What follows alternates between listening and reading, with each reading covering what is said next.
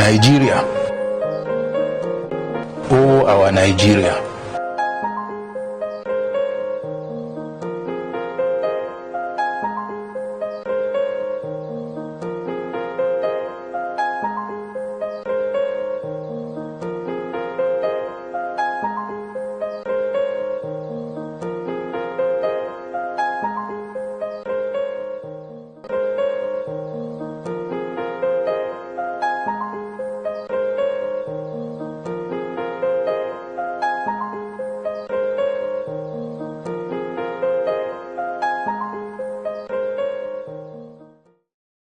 Dr. Madu, the Shamaki of Fika, who became a doctor through providence. Locally known as Dr. Madu in his youth, and later more commonly addressed as Dr. Mamman. Dr. Madu was an Iroko of a man, full of compassion and a burning desire to spread health wherever he found himself. His 6'3" height and athletic build, which a champion heavyweight boxer would envy, would melt whenever a situation requiring compassion arose. Perhaps this was because he was sired by two noble people from the two most illustrious professions, that of the nobility and that of the clergy, whichever one you want to take, who cared for the welfare of both body and soul. His father, Malam Muhammad Shamaki, from whom he inherited his Shamaki of Fika title, was from a long line of blue blood. His mother, Hajia Fatume Fika, or Baba Fatume, was the daughter of Muallim Malam Muhammad Badi Yalo. They were educators in the MIS court, teaching the princes the ABC of religion. I grew up knowing Madu, whom we later began calling Yaya Madu. He was always at our house in all the towns we lived in, because his guardian, our late father, Alhaji Suleiman Gimba Ahmed, was his uncle, being second cousins with his mother. We were, therefore, third cousins. Dr. Mamman was in the same class with Adamu Maina Waziri, the late Adamu Garba Talba, that's Gorgwar, Alhaji Gambo Maji, that's the treasurer of Potiskum local government one time, Baba Ali Maidala, I think, the late Adamu Abubakar Waziri, that's Adamu Masifa, Ayakingi, that's my mother-in-law, and some others from primary school in Potiskum, but especially in secondary school, government secondary school, Potiskum. A brilliant chap who knew what he wanted from the onset. The late doctor left Potiskum in Form 3, that's in the early 70s, for government secondary school, Maiduguri, because he wanted to become a medical doctor. Back then, government secondary school, Potiskum or comprehensive Potiskum, whatever it is now, was an arts-only school, while the former Government College Maiduguri or Government Secondary School Maiduguri offered both arts and science.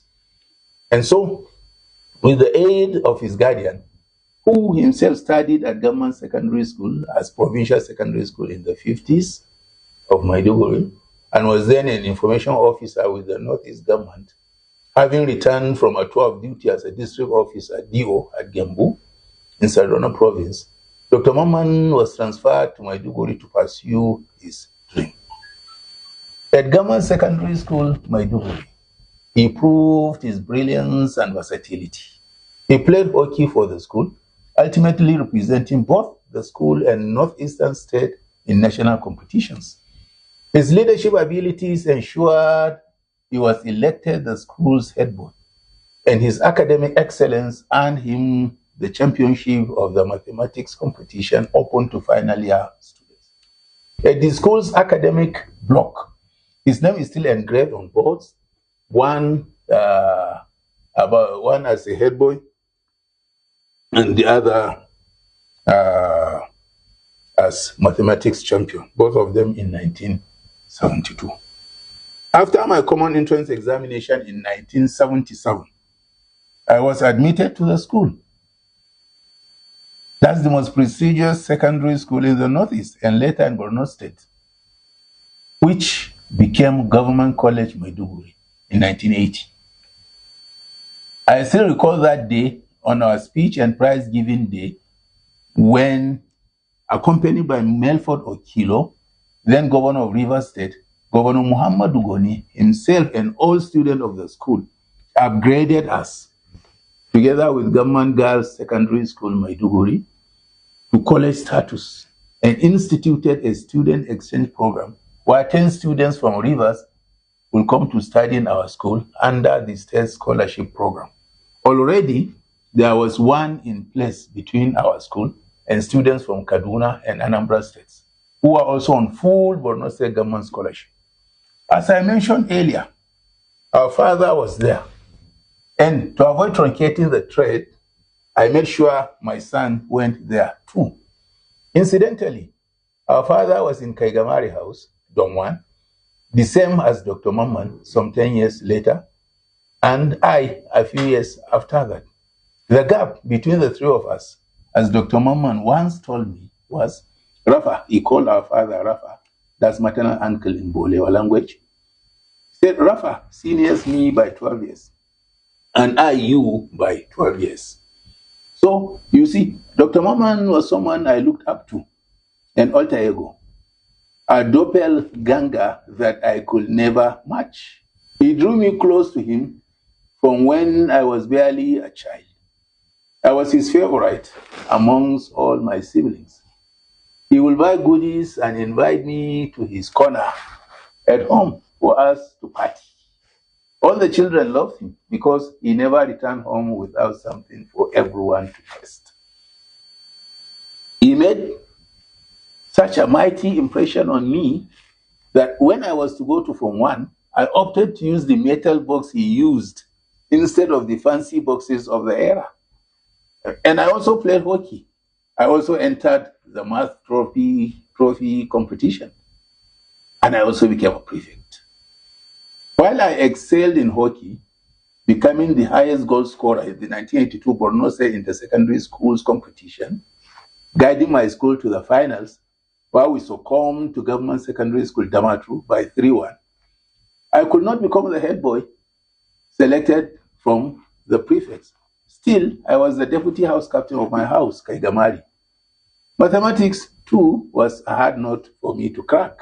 The truth was that even though I was a science student, I disdained the subject from Form 1 to Form 2 until something clicked in my brain in Form 3, and I became comfortable with numbers and balancing equations. I became pretty good, but having caught up late, I found it difficult to overtake those who had loved the subject before me. And one of them, Ado Zakari, now Kaduna State Director of Medical Services, deservedly won the cup. Dr. Maman, the medical doctor, became a practitioner through providence. He once told me a story that defined his destiny at university and ultimately in life. Preclinical medical students were to practice their scalpel skills, that's gross anatomy, on cadavers. And he and his colleagues did that in one of their classes. But that night, he said, he dreamt of a corpse looking straight into his eyes accusingly and saying, Madu, Ardakai? As when Caesar said, Etu Brute, only that this time it was including you, Madu. So he ran away from Ahmadu Bello University, Zaria, where he was studying medicine, after turning down an offer to study mathematics with computer science, and went to Bayero University, straight to the Islamic department, wanting to study religion. However, he said, the dean firmly shook his head and forced him to go back to study medicine, saying he was needed there more. And that was how he returned to Zaria to become one of the best and most reliable general practitioners the Northeast has produced, rather than a sheikh. Perhaps as a result of his life experiences, he always had a grateful heart. It was that same heart that gave way, causing his death. His heart had taken a beating after he buried two of his oldest sons, the eldest a few weeks before his own passing. But as I say, he always had a grateful heart. So he was always thankful to Allah for a life well spent, and to Governor Malabuni for reappointing him chairman of the State Independent Electoral Commission, and for making funds available for his son's medical bills as well as his own. When I married my first wife, late Lami Fatima Babari, on October 30, 1992, we lived in his house until I was able to get a house some months later. And despite cooking delicious food, as almost all newlyweds do, Dr. Mamman made sure his wives gave us 3 square meals a day. Being an only child, he knew what it felt like to be alone, and God blessed him abundantly in that regard. He left behind 3 children, 21 of whom are graduates, including no fewer than 4 medical doctors and Dr. Kaltume, who is a PhD student in veterinary medicine. He was a man who lived for God, humanity, and his children. May Allah subhanahu wa ta'ala forgive Dr. Muhammad and admit him into Al-Jannatul Firdaus. Thank you.